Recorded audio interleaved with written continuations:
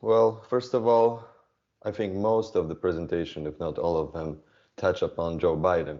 So I think it might be relevant to find out who that person is, what his personality, or what we can expect from him. Having said that, at the beginning, I would like to say that I am right now in Washington, where I'm examining the former presidents, Clinton, Obama, and Bush, actually. I'm talking with some advisors and finishing my book about transformational leadership. And besides them, also, it's a great place to be because the whole world is watching Washington, D.C., what's happening right down here. So I think it's relevant to know more about Joe Biden's political personality as well. Having said that, let's first talk what is the political personality and why is it important in leadership? Well, it is very important because if we look at certain traits, certain personality characteristics, we can determine what the leader's policies might be. That's certainly the case with Joe Biden.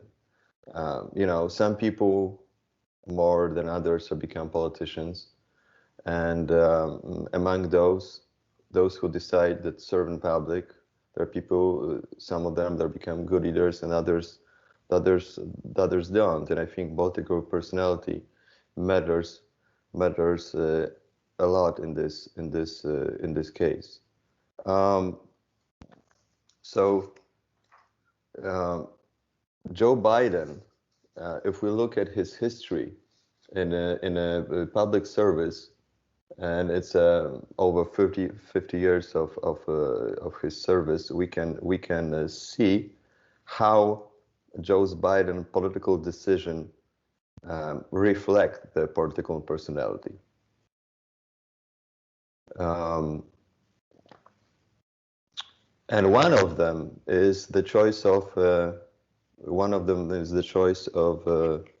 Harris as his running mate. It says a lot about it. So the analysis of this decision is important in order to determine what kind of behaviors one might expect from Biden as a president. For example, it might help understand whether Biden will act decisively and with confidence, or vice versa. He will display timidity once in the office, as well as whom he will choose as the members of the cabinet. Well, of course, we know the persons who are now in the cabinet right now, but over the next few years, at least, it will change several times.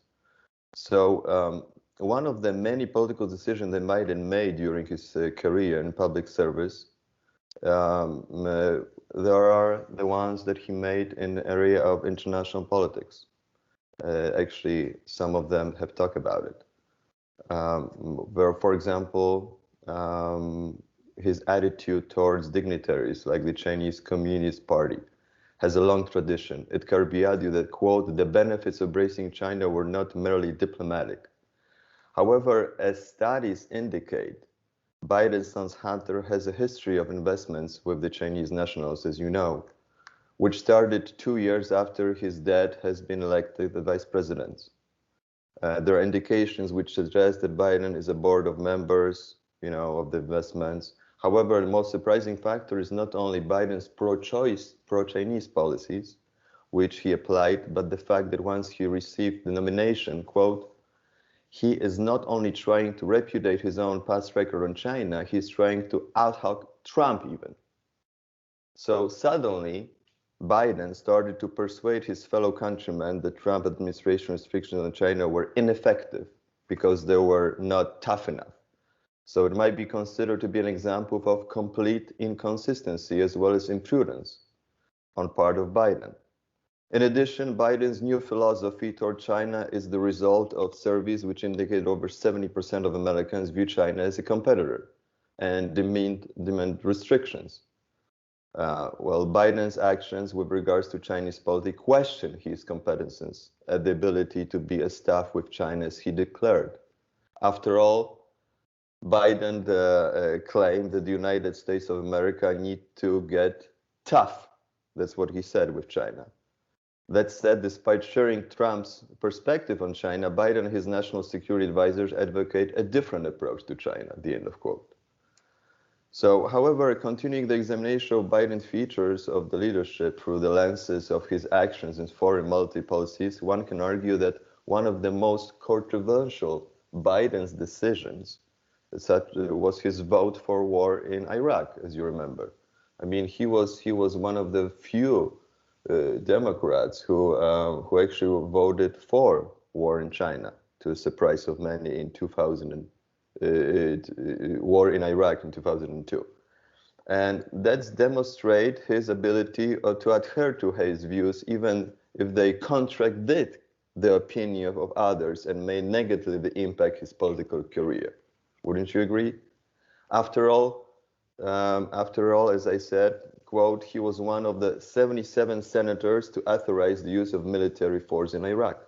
23 colleagues, some of whom harbored grave doubts about the danger Iraq posed at the time, refused to back the president's request, the end of quote.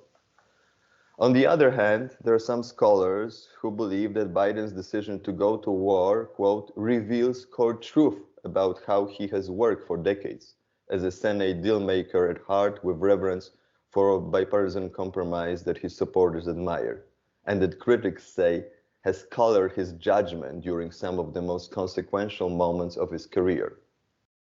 The end of quote. So Biden's critics were right, because as time passed, he changed his views in the same way as he did in previous examined cases, and he became, quote, a vocal opponent of Bush administration stewardship of the war, and went on to serve as vice president to Barack Obama, a critic of the conflict, the end of quote. So the question is, what does it say about Biden's personality as well as about his leadership? Well, it's necessary to understand whether his 2002 election to vote for war means that he is unstable in his views, or that, unlike some other political leaders, Biden has the courage to acknowledge that he was wrong. And in order to answer the stated question, one should examine other examples of Biden's stance on war powers. And if we look at Biden's history of service in Senate, then one allows to analyze some of his position in a much broader perspective, taking into consideration one of the elements which affects leaders' decisions and reveals her personality, namely social context. So the analysis of Biden's record on war powers indicate that, quote, Biden has a long record of advocating for congressional war powers and the nation that presidents may not use force without congressional approval. At the same time, however, Biden has also argued that there are exceptions, that when the commander-in-chief may use force without congressional authorization, and has supported some unilateral military actions by presidents, which results in somewhat inconsistent records on the issue, the end of quote. So, historical evidence shows that in many military actions which involves the US troops, on paper, Biden called for prior congressional input and approval before commander-in-chief may use force, while in reality, his stance on the issue of war powers were mixed. So, for example, as studies indicate, in 1987, in response to Reagan's decision to protect Kuwaiti oil tankers by the American forces, Biden proposed the use of War Act, in which he stated that the commander-in-chief had to seek congressional approval in order to use force, except for 5 scenarios when he or she was not required to do so. However, the analysis of Biden's stand on war powers during the administration of Reagan, Clinton, and Bush reveals his inconsistency in that regard as well. Well, for example, during the Reagan administration, in all 3 cases, namely Lebanon, El Salvador, and Grenada, which required the use of military force, Biden was for the use of power in all of them. During the Clinton administration, Biden favored military actions during the Balkan crisis and did not actively oppose Clinton when he used force without congressional approval. He did not in 1995, as well as in Kosovo in 1999.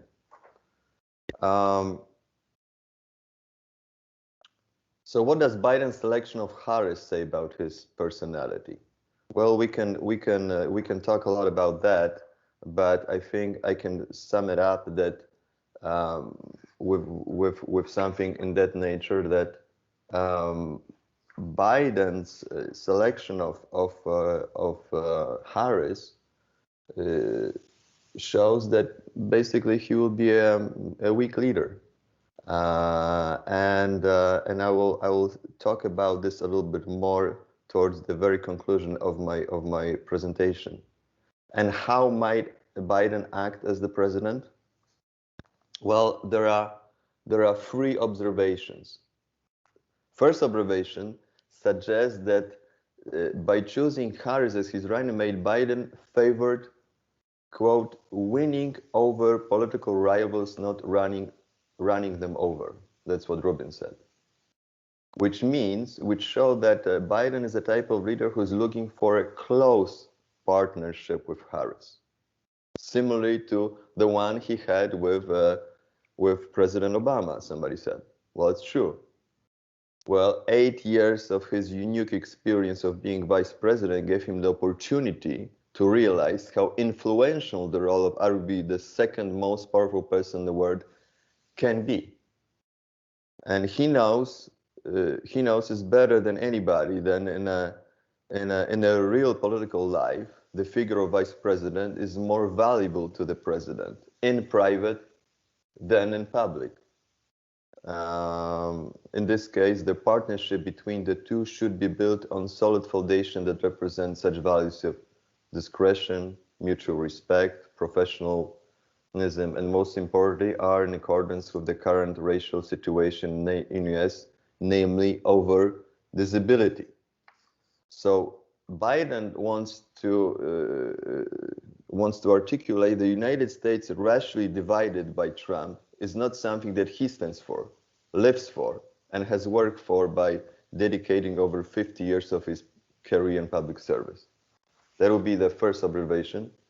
The second, my observation suggests that by selecting Harris, Biden disclosed some valuable information about what kind of people he will choose in the following 4 years, less likely 8 years, but we're not wishing him the worst.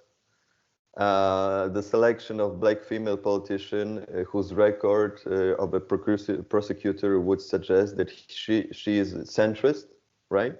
While her work as a senator indicates that her views are liberal, might suggest that Biden will not invite only people from the Obama administration to his cabinet in the following years, because they will be changing, hopefully not as quickly as in a former Trump administration.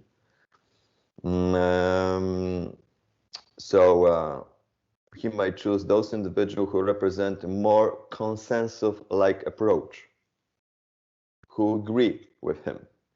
Well, that's very interesting because, for me, a strong leader is the one who invites rivals to his cabinet, like, for example, Abraham Lincoln, the one actually who was a role model for Barack Obama, right? He talks about it a lot.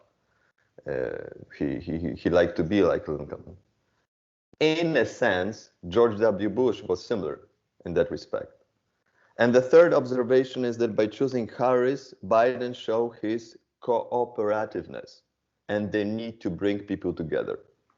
So, like, for example, during the speech in New York in 2018, he said, "Folks, I believe one of the things I'm pretty good at is bringing people together." The end of quote.